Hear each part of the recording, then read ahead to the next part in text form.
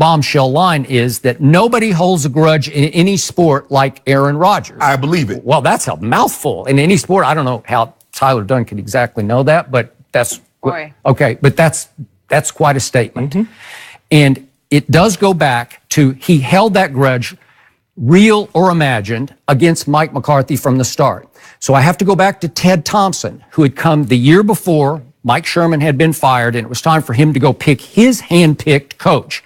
So he goes and picks the guy that Aaron Rodgers believed was the guy who did him in with the 49ers, and that was his home area team. Remember, he's in their jurisdiction, right? And so the irony was that Ted Thompson actually picked Aaron Rodgers as he plummeted down the first round, had to wait 4.5 hours in the green room, was humiliated by that. And yet then he turns around and picks the coach that Aaron believes did him in to be the first pick in the draft. Skip, I don't think Ted Thompson knew that Aaron harbored those type of I guess feelings. he did not. Okay, so I told you yesterday that if I were running the show, if I were at the top, and I found that out early on, I would say I have to remedy this. And you know how I always tell you, I'm going to side with the franchise quarterback every time. So at that point, if I'd found that out a year in, I'm just going to fire Mike McCarthy because it's not going to work. But here's the thing, though, Skip. You got to realize Brett was there for 3 years. And he wasn't even the starter yet. So and remember, he doesn't voice anything. No. He just holds it in. So he does not like confrontation. Right. He just likes to hold it in, and then you wonder why. Well, why the dude talking? He was just talking to me yesterday. Fair enough. My takeaway from this bombshell report is that it wouldn't have mattered who the coach was. I don't think it's going to matter who the coach is now. That Aaron, if things don't go exactly his way, he's going to scapegoat and blame that coach. So it's possible LaFleur will get blamed in different ways, but similarly that Mike McCarthy did. Skip, you remember we talked about it because LaFleur had said he had not met Aaron Rodgers face to face. It makes perfect sense because in this article it says Murphy hired him without without asking for Aaron's permission. And he says, "Don't be the problem." Well, even if you hired, told him that on the phone. Yes, don't be the problem. Woof. Even if you didn't ask his permission, you tore his contract up with 2 years left and you gave him almost $200 million. What do you think that is? Skip, you just empowered him. You emboldened him. He has final say. He's going to be determined whether... By the way, the most scathing remarks were from Jermichael Finley, who does not like Aaron Rodgers, and that was the quote from him. You gave a man $200 million? He's the GM. He's the organization. Yes. Okay, so you just said, here. Well, you make all the calls. I'm not going to ask your permission, but we're going to give you so much money that push come to shove, guess who's getting shoved out the door? It's not going to be you, Aaron. And you could, Skip, you could look at him, and I knew this about him, and like I said, I'm not going to take anything away from the guy's talent because he's unbelievably talented. I believe he is that. I believe he's the most gifted thrower of the football, and I've seen a lot of them. I still think Marino is slightly more, but it's close. Yes. It's close. I will give you close. But Skip, it's hard to deny. You watch, see, because the thing is, in the heat of the moment, you can't hide your true emotions. You can't hide your feelings. And that finger pointing and that, do this when you think the guy should have look, whatever we did, if we do it in practice, okay, I'm going to do it in the game. But don't you throw the ball one way and talk about, well, you should have known. No, I shouldn't have known where you was going to throw the football because that's not what we practice. He's thin-skinned. He's aloof. He's very condescending. As I said it before, Skip, he feels that he's above reproach now, whereas some guys want to be. I'm not sure, Skip.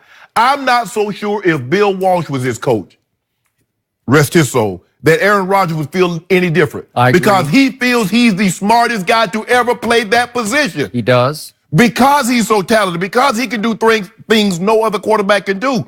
Skip, this is a horrible look for him. I don't know how he gets out from under this. And then, like I said, the thing with his parents, I don't get into his family. How he deals with his family is how he deals with his family. But I agree with that.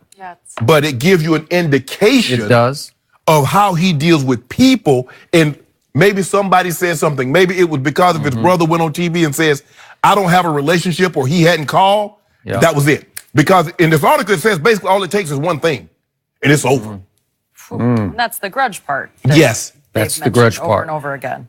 Then going a level deeper, Jermichael Finley says that Aaron wants his. He wants to eat. He cares about his yards, his completions. He's going to have a hard time because that's like an addict. So after a while, he started to fall in love with his numbers, and he's going to protect his numbers. And I kept bringing up all last season.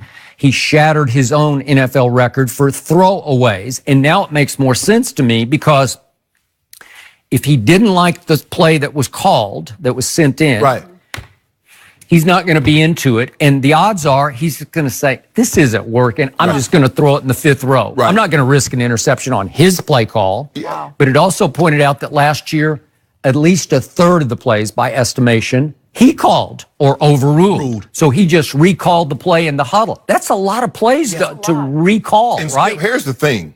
If the coach sends a play in and the quarterback says it's some bull jive, what do you think the other 10 guys are going to think? Okay. And how about the two kids in the huddle who were in and out of the huddle, Equanimous and Valdez-Scantling, because this goes into gory detail about how they were under the gun. Who do I listen to? Should I say, if Aaron tells me, and it gave the one about Equanimous that I think it was him, that he was told the play call was for a corner route. It was for the Patriots. Okay? And Aaron says, no, run a post. So he runs the post. It doesn't work. He goes to the sideline, and his position coach is saying, what are you doing? Because the thing is, Skip, he got pressure. Yep. He runs the post. Aaron throws the flag. He threw the flag. And so the coach goes to the sideline, hell, son, that was a catch. You're going to be right there.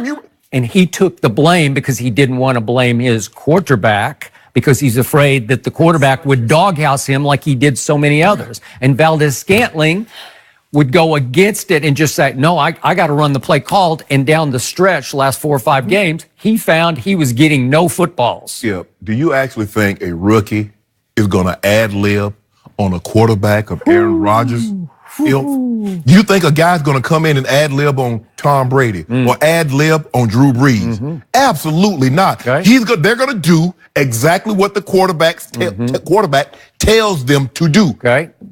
And then there was the sad case of one Jeff Janis. And I used to really like Jeff Janis when he was at Wisconsin. And he was a bigger Adam Thielen to me. Yes. Because he's more, 6'3", 220. He's just a little bigger, and he ran 4.4. And Ted Thompson, I thought, stole him in the 7th round. And he immediately became a Packer fan favorite because he was a Wisconsin kid. Right. And Aaron did not like it. And so Aaron doghoused him and just basically ran him out of Green Bay. And a lot of people are saying he could have been really good. And Aaron decided, not on my watch. It seems like nothing that Janis could do was ever good enough for Aaron. Yeah. It was always something. Maybe he was a yard too deep or a yard too short. And maybe, Skip, because Janis was a Wisconsin kid. Wisconsinite is what they call it. You spent a little time there with your brother? Maybe just a tad. Yeah. Maybe, Skip, because the fan Skip, he's a hometown kid. He's a hometown kid. Well, so obviously to see one of your own make it, of course. And maybe, that rubbed Aaron because, I need all the praise. Yeah. I need all the adulation. I got it. It's not enough. I mean, if I got 15 trophies, I need 16. I don't want to give you anything. It's enough. It's enough praise and adulation to go around, Aaron. But Skip, this is scathing. This does not. He looks worse. And everybody thought he was thin-skinned. But Skip, when people talk about him in this article, the one word that comes up more than any is sensitive. Oversensitive. And our Greg Jennings in the article finally concludes there's no one there to hold him accountable. Yet Mark Murphy is attempting to be that guy, and he has been their CEO. And for those who don't remember Mark Murphy, this is a little before your time, but he played for the Redskins, and he was a good player. Made a couple Pro Bowls, made a first-team All-Pro, led the NFL in interceptions, won a couple of rings with the Washington Redskins in the 80s. Then he played at Colgate, was undrafted, but he went back to Colgate, athletic director, then athletic director at Northwestern, and elevated right into a CEO position of the Packers. So he was the one who chose LaFleur, and he was the one, as you point out, who called Aaron to tell him, and again, I was wrong on this one because I just suspected that Aaron chose LaFleur because he was just some guy who would listen to Aaron, but apparently Aaron had zero input into this call. And when the call came from Mark Murphy, Mark, as you point out, concluded with, Don't be the problem here. Don't be the problem in that he's tired of all of his diva behavior. Well, you should have thought about that before you gave him $200 million. Okay. But you know what else, Skip? There's another guy that tweeted something about accountability and holding. You remember Winston Moss? I do. He tweeted that. We had him on the show. And he talked. Everybody talked about McCarthy, and McCarthy is not without fault here. But say we got to hold everybody accountable. And I'm not so sure that we're holding 12 accountable because we're letting him skate. And so there's a tendency to do that because the guy's immensely talented. Oh, it can't be his fault. But there's a little thing, Skip. Talent and leadership, they do not go hand in hand. No, they do not. You have to work. See, Skip, talent is God-given. Leadership is something that you have to constantly work on. And Jermichael concludes he's just not a born leader. Yeah. And see, the thing is, you anointed him, you put the C on his chest. Oh, he's quarterback, he's the most talented player. There's no way you can be. I mean, I can't believe the pettiness of this man. Okay. Greg Jennings, Skip, I hugged a teammate. I mean, what? I mean, I have friends, I would hug him. And for my quarterback, John is like, you gonna do that? Man, if you don't get out my face.